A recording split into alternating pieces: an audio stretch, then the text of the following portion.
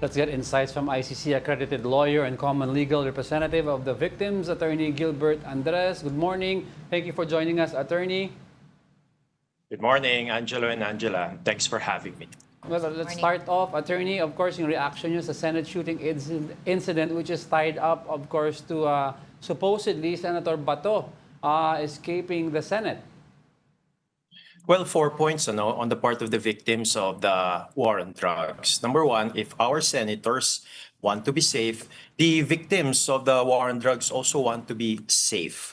Number two, if the senators want the truth, the victims of the war on drugs under Chief PNP Bato de la Rosa also want the truth, and they also want justice for their murdered relatives. Number three, if the Senate wants full investigation, the victims also want full investigation into the murders of their relatives, but there was none here in the Philippines. That's why the ICC came in. And fourth, if some senators felt fear because of the shootings that they've heard, the victims also felt fear and trauma because of the actual shooting and murder of their loved ones, and some of them even inside their homes. Ano yung attorney yung kasing argument dito while ang general sentiment ng government, ang DOJ of course is pwede naman the warrant of arrest is valid ng ICC kay Senator Bato, but parang ginawang subject to interpretation ng Senate President, ng current Senate President. Ano po ba ang explanation dito, attorney? Well, that's actually wrong. The Senate does not interpret the law. The Senate actually passes the law and should respect it as one of the houses that passes the law. Number two, who implements the law? It's the executive. And I think that there are 3 points that should be understood. Context is very important. The context here is an ICC arrest warrant for an international crime. This is not merely a domestic crime. This is not merely an ordinary crime. This is a crime against nations, and in fact, it's a crime everywhere in the world. Secondly, there's also the law, RA 9851, which is the basis for implementing the ICC arrest warrant. And third, there's actually Philippine state practice. If an ICC arrest warrant was implemented by government authorities last year against former President Duterte, there should be no difference when implementing it against Senator Bato. Well, I was wondering, Attorney, if does this incident in the Senate highlight actually the continued political influence of the Duterte camp and the perceived limitation of the Philippine justice system, thereby strengthening the calls na dapat sa ICC or International Court dinggin yung ganitong klaseng kaso? Well, I actually agree, because in fact, this shows that there's still influence by the Duterte family. And in fact, there's really no real criminal investigation as to the Duterte Bato de la Rosa war on drugs that occurred and which resulted in thousands of murders. That's why the ICC came in. In fact, the victims trust the ICC because here they only see politics in the Philippines. Right. So kumbaga, yung nangyayari, yung mga ginagawa ngayon ng kampo ni Senator Bato de la Rosa ay nakasasama palalo doon sa kaso nga nitong alleged crimes against humanity ni Duterte na he himself is also involved as the indirect co-perpetrators. Well, I think in some sense that political context will also serve as the backdrop dun sa review of the continued detention ni Mr. Duterte as an accused. Kasi grabe sarili nating Senado mismo Right. Kumubli po doon si Senator Bato So pwede po siyang larger socio-political backdrop. Pero what can you also say about the executive as compared to how the arrest of former President Rodrigo Duterte was handled to this case of Senator Bato de la Rosa? The victims of the war on drugs want the administration of President Marcos Jr. to be very clear. Are they implementing the ICC arrest warrant? And they should be implementing the ICC arrest warrant against Senator Bato. Why? There's jurisprudence. There's already Republic Act 9851 there's jurisprudence that we adhere to international law as part of the law of the land. And in fact, crimes against humanity is a domestic crime here in the Philippines and anywhere in the world. And third, there's already clear Philippine state practice last year. The executive actually implemented the ICC arrest warrant against a former president. Why is Senator Bato any different? Right. At Attorney, do you feel that there was a disconnect between the agencies and how everything was handled? Because ang question sa marami is bakit hindi PNP ang nag-effect ng initial warrant sa basement instead of the NBI? And in the first place, yun ang katanungan ng marami. Do you have any idea, Attorney? And iba ang messaging parang ng DOJ at DILG eh.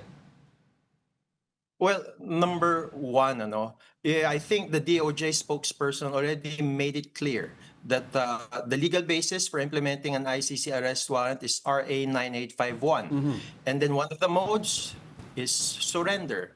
Now, they also said extradition, but extradition is really for an arrest warrant by another foreign state. The ICC is not a foreign state. It's not a foreign court. It's a permanent international criminal court established by the community of nations. Number two, this is a matter of operations. Now, NBI, Philippine National Police, they're all law enforcement agencies. As to which will be the lead agency, that's really up to the executive. But the plea of the victims is the executive should be clear. They should hear the plea for truth and justice of the victims, and they should implement the ICC arrest warrant. So you mentioned earlier that the president should be clear about how they should implement the ICC arrest warrant. Don't you think, Attorney, yung naging speech ni President yesterday to stand down, ay talagang hindi nakasama yun sa pagiging sa pagkakaroon ng confusion on how to get General Bato de la Rosa? Well, I think so. And let's be clear about this. It's a different matter yung pag-i-implement po ng ICC arrest warrant.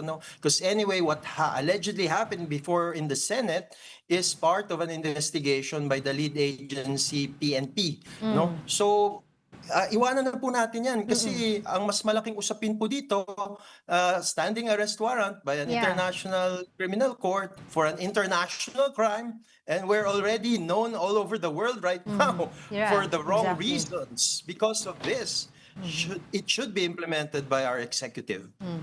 And how are the victims right now? Ano po yung kanilang komento dito sa nangyayari ngayon na knowing that Senator Bato de la Rosa is, well, at large, no? He is declared as a suspect in the website of ICC. Ano po yung kanilang komento dito sa nangyayari? Yung mga biktima po ay talagang naghihinagpis, nagsusumamo, talaga pong deeply disappointed po sila sa nangyayari dahil hindi po naaresto si Senator Bato kahit po mayroon po siyang standing ICC arrest warrant. Kaya po actually galit po sila sa mga nangyayari. Parang tingin nila iba yung batas if you are powerful, iba po yung batas pag pobre ka po. Sila po pinaslang lang po ng walang kaano-ano, no? Walang arrest warrant, walang search warrant, pinaslang po mga mahal nila sa buhay. Pero ito pong powerful, talagang pinoproteksyonan po. Kaya all they want is truth and justice for their murdered loved ones. And Attorney, of course, lumalabas ngayon sa balita na humihingi ng police to be placed under police PNP custody si General Bato. Okay ba kayo dito at least until such time that the Supreme Court decides on its TRO and at least hawak na nila si General Bato if ever? Alam niyo po, every first year law student knows na the executive implements the law. Now, if there's no TRO, it still is within the power of the executive to implement the law, specifically RA 9851 na pinasa na po mismo ng ating Senado at ng House po noong December 2009. At pinasa po ito nung panahon pong hindi po tayo parte ng Rome Statute. Kaya na-foresee na po yan ng Senado at ng House na pwede pong isurrender ang isang tao po na iniimbestigahan ng isang international court. Kaya alam niyo po, ang gusto lang po talaga ng mga biktima, patas po na pagsunod sa batas at sana po sundin po ito ng ating mga opisyalis. Kumbaga, there's a live warrant of arrest that can be execute ASAP. Pero Attorney, May 27, if I'm not mistaken, is the case conference. Tama po ba yun sa ICC? Tama Is po that yun, May May 27? 27 So what is is the first going- status conference. Ayun. So ano po yung mangyayari doon? So ito po talaga yung mga administratibong parte ng kaso, mga 10 po ang itatalakayin. Una po, kailan po magsisimula ang paglilitis. Ikalawa po, ano pa po bang mga anticipated evidence po ng prosecution. Third po, ano po ba ang isasiwalat na ibibigay po na depensa ng depensa kung meron man po. Ikaapat po, sa patalakayin din kung ano po ang wikang gagamitin po sa paglilitis ng mga partido, mga victim participants at pati na rin po ng mga testigo. At ikaanim po, ano pa bang mga motion na kailangan bang isolusyonan bago po ang simula ng paglilitis. At mga 5 pa pong mga iba pang mga administrative matters. So ito po yung tatalakayan para po mas maigi po ang preparasyon para sa paglilitis. Now that the defense has a new lawyer, attorney, if I'm not mistaken, Paul Haynes, no? Peter Haynes. Peter Haynes. Ano po yung, I don't know if nakausap niyo na po yung prosecution recently, but what do they have to say about this, knowing that Attorney Peter Haynes has a acquittal record, no? Doon sa isa kanyang case, crimes against humanity din to against former Bemba, former Vice President, ng Republic of Congo. Yeah. Hindi po ako makapagsalita para sa Office of the Prosecutor kasi iba po kami, bukod po kami para po kami sa mga victims. That's common legal representative of the victims. Right. Having said that, I will speak for the victims as their lawyer. Actually, kung sino man pong maging defense counsel, ang mas mahalaga po ang ebidensya. Ano bang mapapalabas? Ano pong representang ebidensya ng prosecution at panayinin po ng mga victims sa mga suffered harm po nila. Ang batas po, which is the Rome Statute, yun po yung mas mahalaga kasi iba po ang factual context po ng Bemba case, iba din po dito sa the prosecutor versus Rodrigo Roa Duterte. Well, maraming salamat po muli sa inyong time and of course sa inyong insights. ICC accredited lawyer and common legal representative of the victims, Attorney Gilbert Andres. Magandang umaga po sa inyo.